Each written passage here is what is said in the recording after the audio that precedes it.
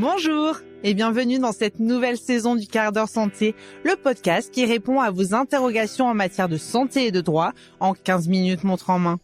Qui dit nouvelle saison, dit nouveaux sujets, mais également nouvelles voix. Je suis Margot.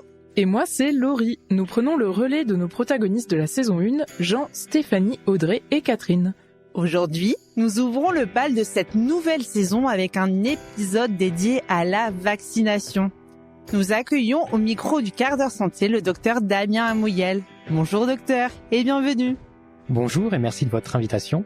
Médecin biologiste de formation, vous êtes depuis 2020 médecin conseil au service médical de la Caisse primaire d'assurance maladie de l'île d'Oué, mais aussi référent médical régional en Hauts-de-France des organisations coordonnées. Alors, on définit pour nos auditeurs et auditrices l'exercice coordonné. Il s'agit d'un mode d'exercice des professionnels de santé en ville qui décident de travailler ensemble en pluriprofessionnalité au sein des maisons de santé pluriprofessionnelles, de centres de santé ou encore de s'organiser en CPTS, les communautés professionnelles territoriales de santé.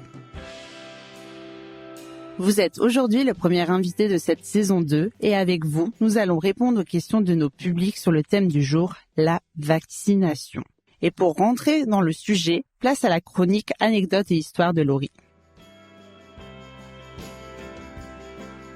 Souvenez-vous, en 2020, une large partie d'entre nous a découvert l'existence du pangolin. Ce petit mammifère, qui est soudainement devenu à l'époque le suspect numéro 1 dans l'émergence du Covid-19, même si depuis, sa responsabilité a été scientifiquement écartée. D'ailleurs, le pangolin possède un point commun avec plusieurs de ses congénères, comme les poules, les vaches, les porcs et même les singes. Chacune de ces espèces a été porteuse de maladies infectieuses ou de virus pour l'homme. Ça sonne comme une mauvaise nouvelle, mais ça a permis de larges avancées dans le sujet qui nous occupe aujourd'hui, la vaccination. Prenez la vache, par exemple. Dès le Xe siècle, en Chine, des premiers cas de variole sont évités par les paysans et paysannes qui avaient déjà été exposés à la vaccine, une sorte de variole des bovins. Parenthèse étymologique, c'est d'ailleurs de cette maladie qu'est issu le terme vaccination lorsqu'en 1796, le médecin anglais Edward Jenner transmet la vaccine à un enfant de 8 ans, James Phipps. Pari risqué, il lui inocule ensuite la variole, une maladie alors mortelle et, miracle, le jeune patient ne développe pas la maladie. Un premier vaccin est né. Un siècle plus tard, du côté de Paris, Louis Pasteur va élargir les travaux du docteur anglais. Le français marque son époque en mettant au point en 1885 le premier vaccin contre la rage. Des démonstrations publiques sont organisées pour démontrer l'efficacité de cette méthode. Pasteur définit alors la vaccination comme étant des microbes affaiblis ayant le caractère de ne jamais tuer, de donner une maladie bénigne qui préserve de la maladie mortelle. Depuis, la recherche s'emballe et on avance vite. On peut éviter de nombreuses maladies ainsi. Dès 1902, une politique sanitaire est d'ailleurs menée par les autorités françaises avec la vaccination obligatoire contre la variole. Les vaccins contre la diphtérie, le tétanos, la tuberculose, la polio deviennent obligatoires entre les années 40 et 60. Entre obligations et recommandations, les évolutions se sont succédées, mais l'accès à la vaccination s'accompagne d'une prise en charge spécifique. Aujourd'hui, l'assurance maladie rembourse tout ou partie de ses actes auprès d'assurés prioritaires et ou du grand public. De l'injection de toxines à l'utilisation de composés d'amidon ou encore de levure de bière, sans oublier l'ARN messager, plusieurs technologies de vaccins ont vu le jour. Ces avancées scientifiques ont permis de sauver de très nombreuses vies.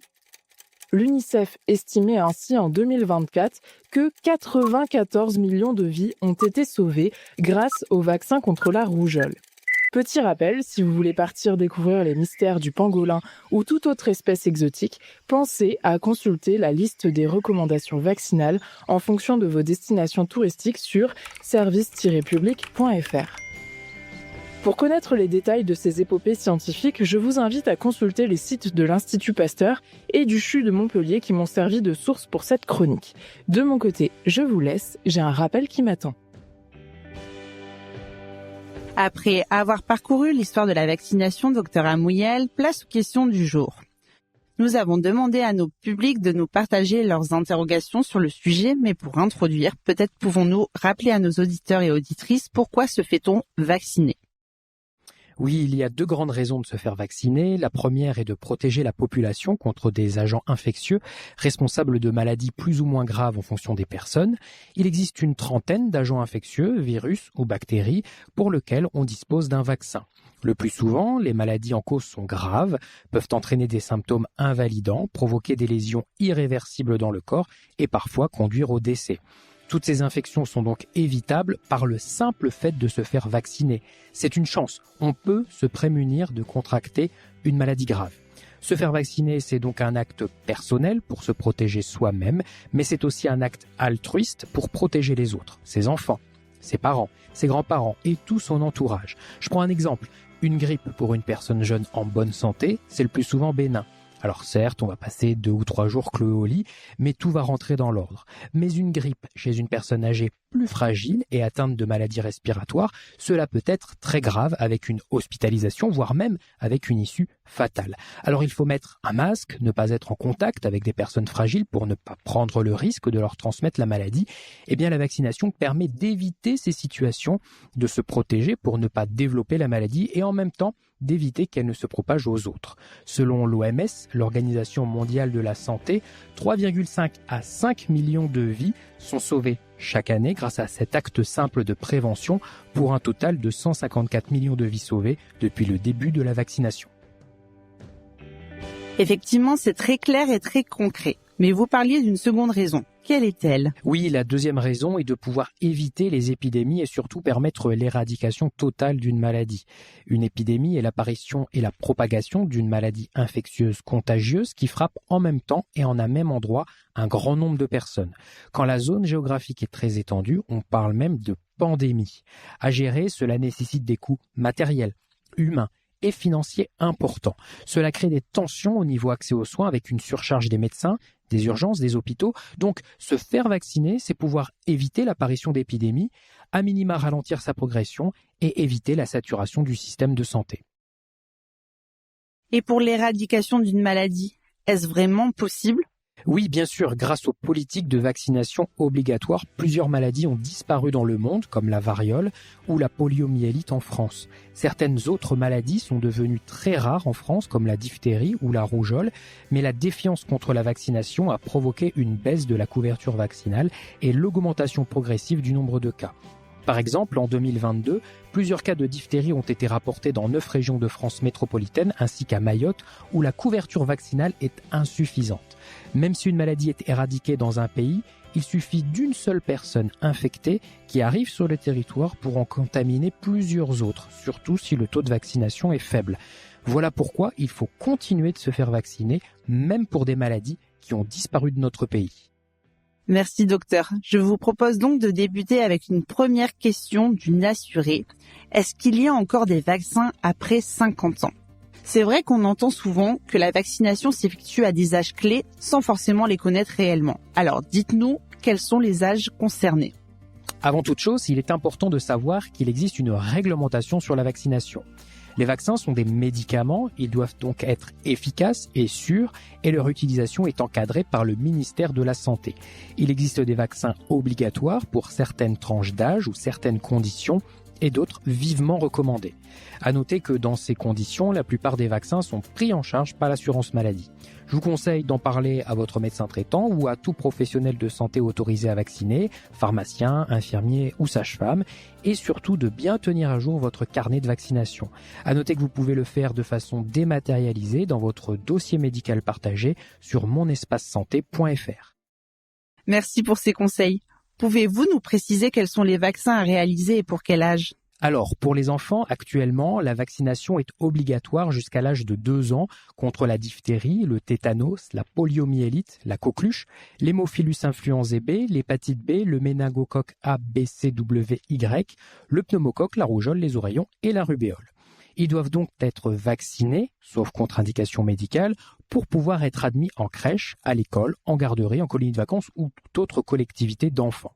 Alors pour répondre à votre assuré, les recommandations pour les adultes entre 20 et 64 ans sont très différentes en fonction des situations, en cas de maladie chronique, chez les femmes enceintes ou juste sur des critères d'âge.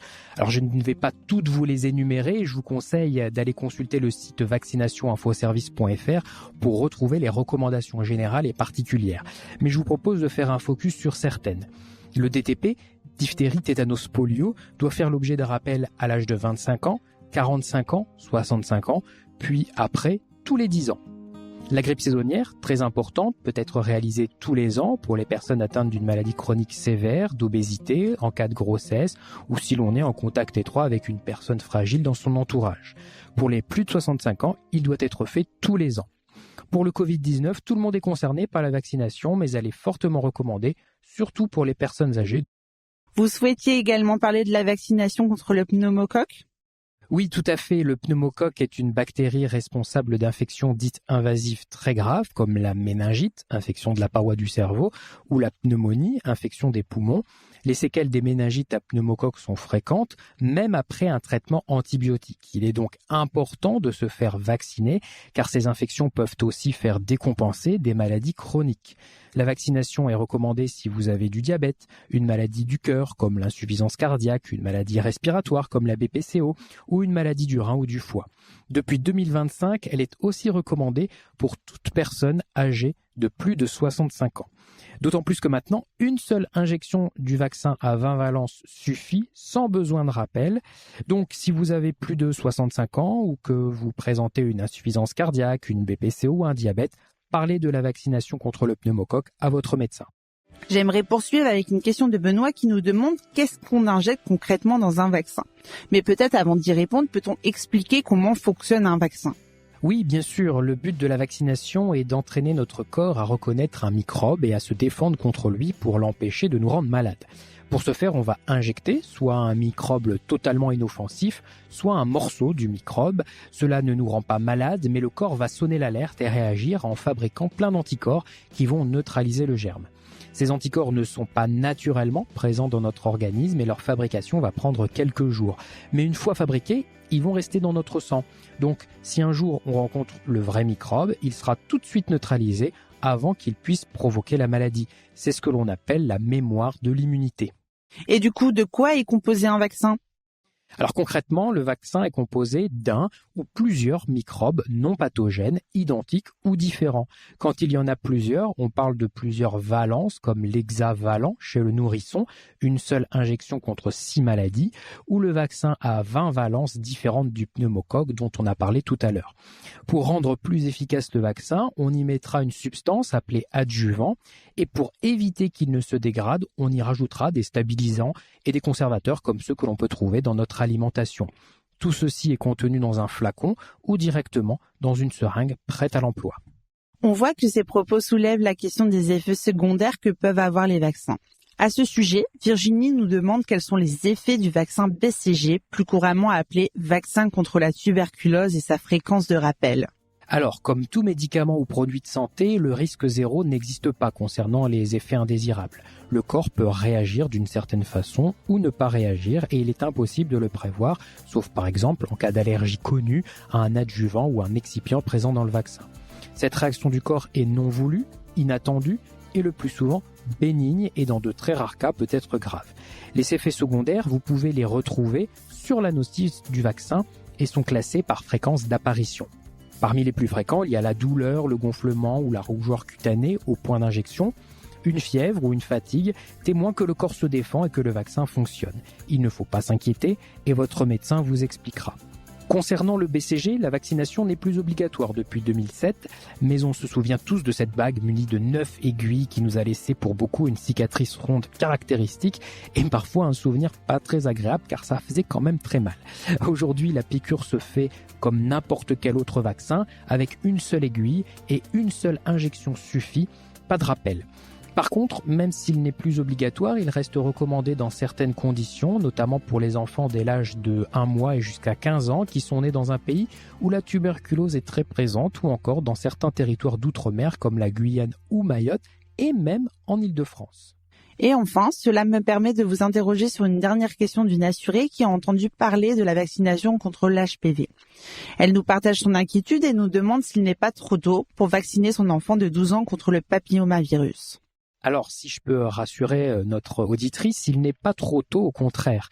En effet, les recommandations actuelles pour le vaccin contre les infections à papillomavirus sont pour les filles et les garçons âgés de 11 à 14 ans, avec un schéma de 2 doses à 5 mois d'intervalle. Ce vaccin permet de prévenir l'apparition chez la femme du cancer du col de l'utérus, mais aussi des cancers de l'anus ou de la gorge provoqués par ce virus. Rendez-vous compte, il y a un vaccin contre plusieurs cancers. Si on vous proposait de vous faire vacciner contre le cancer du pancréas ou du sein, est-ce que vous vous poseriez 2 fois la question ? Non, car avoir un cancer, c'est une épreuve, des traitements lourds, une espérance de vie diminuée. Par exemple, au Danemark, près de 90% des adolescents de 12 ans sont vaccinés. Et à ce rythme, le pays prévoit d'éradiquer le cancer du col d'ici 2040. En France, une campagne de vaccination gratuite et non obligatoire a eu lieu pour les élèves de 5e au cours de l'année scolaire 2023-2024. Elle a permis d'augmenter la couverture vaccinale de 20 points, soit 62% pour les filles et 48% pour les garçons. Et du coup, expliquez-nous pourquoi le fait-on dans l'enfance ? Parce que son efficacité est proche de 100% avant tout début de vie sexuelle. En effet, le virus se transmet lors de relations sexuelles, sachant qu'environ 8 personnes sur 10 seront exposées à ces virus au cours de leur vie. À noter que le vaccin protège à hauteur de 90% contre les cancers du col de l'utérus. Il n'élimine donc pas totalement le risque de développer un cancer. C'est pourquoi, même pour les femmes vaccinées, le dépistage par frottis est indispensable. Tous les 3 ans de 25 à 30 ans, puis tous les 5 ans entre 30 et 65 ans.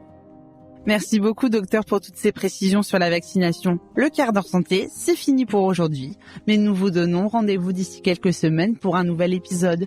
D'ici là, n'hésitez pas à nous partager vos questions sur la santé, les démarches à adopter ou certains dispositifs en particulier sur nos réseaux sociaux. Facebook, Blue Sky, LinkedIn et YouTube. Mais aussi via la fonctionnalité commentaires sur Spotify. On collecte, on répond à vos questions dans ce podcast santé.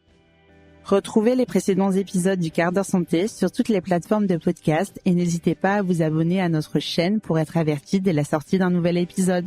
Et comme on dit chez nous, à la revoyure.